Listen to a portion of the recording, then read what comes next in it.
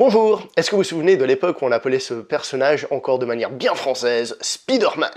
Comme par exemple dans ce superbe dessin animé que je regardais quand j'étais petit et que d'ailleurs je vous recommande. Bienvenue dans cette post-projection.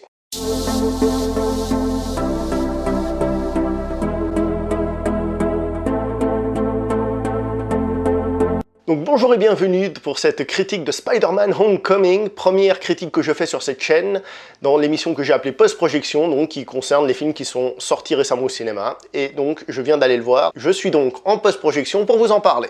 Alors avant d'aller plus loin, je pense qu'il est important que je vous dise ce que je pense du Marvel Cinematic Universe, dit MCU. Alors le MCU, en règle générale, je commence à être un petit peu fatigué, dans le sens où on mange beaucoup de films de super-héros, qui plus est DC Comics, CMI aussi. Cependant, c'est un peu comme un fast-food. C'est pas des grands films, c'est très sérieux, mais à chaque fois que j'y vais, j'y prends du plaisir. C'est comme ça, c'est des films qui sont calibrés pour un public comme moi, un public relativement facile. Je ressens cependant l'envie de voir des films un peu plus complets, c'est-à-dire un film qui a un début et une fin, que toujours voir ce serial, qui n'ont jamais de fin et qui ne s'arrêteront peut-être jamais. Il est l'heure d'attribuer une note à ce film. Pour ce film, je lui donne la note de 6 sur 10.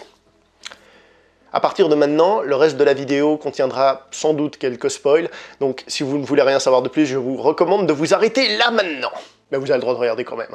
Alors, en introduisant Spider-Man dans le MCU, Marvel se retrouve avec un petit problème. Le problème qu'il y a d'ici avec Batman, c'est-à-dire qu'on a déjà eu des Spider-Man, en plus on a eu le droit à 2 origin story, et donc, en refaire une, ce serait un petit peu lourd. Donc il décide de zapper cette étape, d'ailleurs il y a à peine quelques phrases dans le film, ce qui, pour nous spectateurs, tant mieux parce qu'on connaît l'histoire, mais d'un point de vue Cinematic Universe, d'un point de vue histoire, d'un point de vue film complet, est un petit handicap. Mais en tant que spectateurs qui avons vu tous les films, on est quand même content de ne pas avoir une nouvelle origin story sur Spider-Man. Dans Civil War, je dois vous avouer que je n'étais pas très fan de Tom Holland lorsque je l'ai vu, l'interprète de Peter Parker. J'ai trouvé qu'il faisait trop jeune, et ça m'avait pas emballé du tout. De plus, j'étais pas non plus très fan du design de Spider-Man. Je trouvais que le costume faisait vraiment trop effets spéciaux. Alors c'était déjà le cas dans le Spider-Man de Sam Raimi, mais il avait été travaillé de manière à avoir une sensation de texture qui n'est pas du tout présente dans l'image que j'ai du moins de Civil War, puisque je ne l'ai pas revu depuis le cinéma. Cependant, ce film me fait complètement changer d'avis. Je trouve que Tom Holland est super, il joue très bien l'adolescent, et pour le costume, j'avais peur en voyant les bandes annonces, mais il faut reconnaître que le côté texture revient, et du coup le costume me plaît à nouveau. Donc, à ce niveau-là, pari réussi en ce qui me concerne. Nous avons aussi droit au casting de ce film à Michael Keaton qui joue le rôle du vautour, Birdman.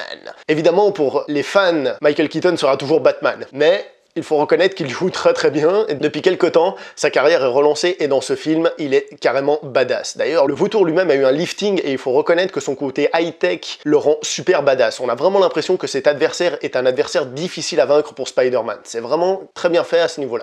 Et nous avons aussi droit à Robert Downey Jr. qui fait son Iron Man, donc son Tony Stark. Rien de plus, rien de moins, même si personnellement je trouve que parfois on est un peu dans la caricature de ce personnage-là.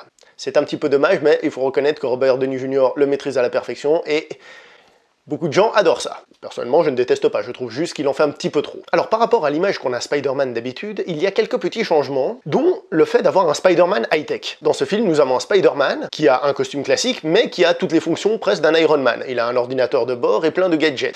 Alors, ça peut plaire comme ça peut déplaire, moi j'ai trouvé que c'était pas spécialement mauvais, parce que le personnage de Spider-Man reste plus ou moins lui-même, mais ça change quand même un peu. Donc, il y a des choses en plus, comme le costume et les gadgets, mais il y a aussi des choses en moins. J'ai trouvé étonnante l'absence du sens de l'araignée qu'a Spider-Man, ce 6e sens qui lui indique les dangers. Dans ce film, ce sens est totalement absent. Alors ce n'est pas vraiment une nouveauté, mais pour certaines personnes qui auraient peut-être moins l'habitude, le fait d'avoir un Peter Parker totalement adolescent peut paraître une nouveauté. Ce Peter Parker adolescent provoque hélas un certain souci selon moi dans le scénario, c'est son côté naïf. En effet, toutes ses interventions en tant que Spider-Man sont souvent ratées, maladroites, qui provoquent beaucoup de dégâts, et j'ai trouvé ça dommage parce que c'est un des points centraux du film, et du coup c'est relativement long. Alors ceci est expliqué justement par la jeunesse du personnage. Les scènes d'action de ce film, je dois l'avouer, ne m'ont pas spécialement marqué. Non pas qu'elles soient mauvaises en tant que telles, mais hélas, elles sont un peu trop représentatives de ce qu'est le blockbuster actuellement. Je trouve qu'elles n'apportent pas grand-chose de plus par rapport au Cinematic Universe, par exemple le Doctor Strange, qui a amené un petit côté Inception avec une vision propre.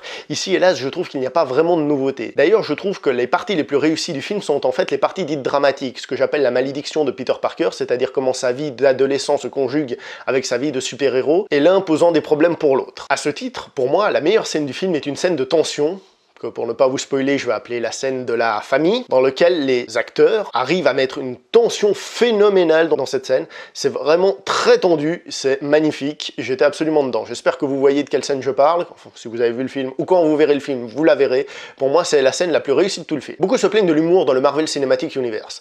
Je dois vous avouer que généralement, je suis plutôt pro-humour dans ces films, même si je dois avouer que par exemple dans Doctor Strange, certaines blagues me faisaient sortir du film. Ici, je dois reconnaître qu'elles ne m'ont pas fait sortir du film, mais il y a seulement une ou deux blagues qui m'ont réellement fait rire. Les restes, c'était vraiment bon, bah c'est une blague, tant mieux, voilà, mais ça ne m'a pas convaincu plus que ça. Alors malgré tout, qu'est-ce qu'il reste de ce film? Bah il reste un film divertissant, un film d'action que je pense beaucoup apprécieront, mais personnellement je trouve qu'il n'apporte rien de nouveau, comme j'ai dit, ni le côté humour, ni le côté action ne m'emballe. Pour un film d'action, c'est quand même un problème. Heureusement, reste le petit côté dramatique, qui lui est plutôt intéressant. Donc au final, je dirais que c'est un film divertissant, que beaucoup de gens pourront suivre sans problème. Moi, je peux pas dire que je me suis ennuyé, mais je peux pas non plus dire que je me suis emballé dans le film. Voilà, c'est tout pour cette première post-projection, j'espère que ça vous a plu.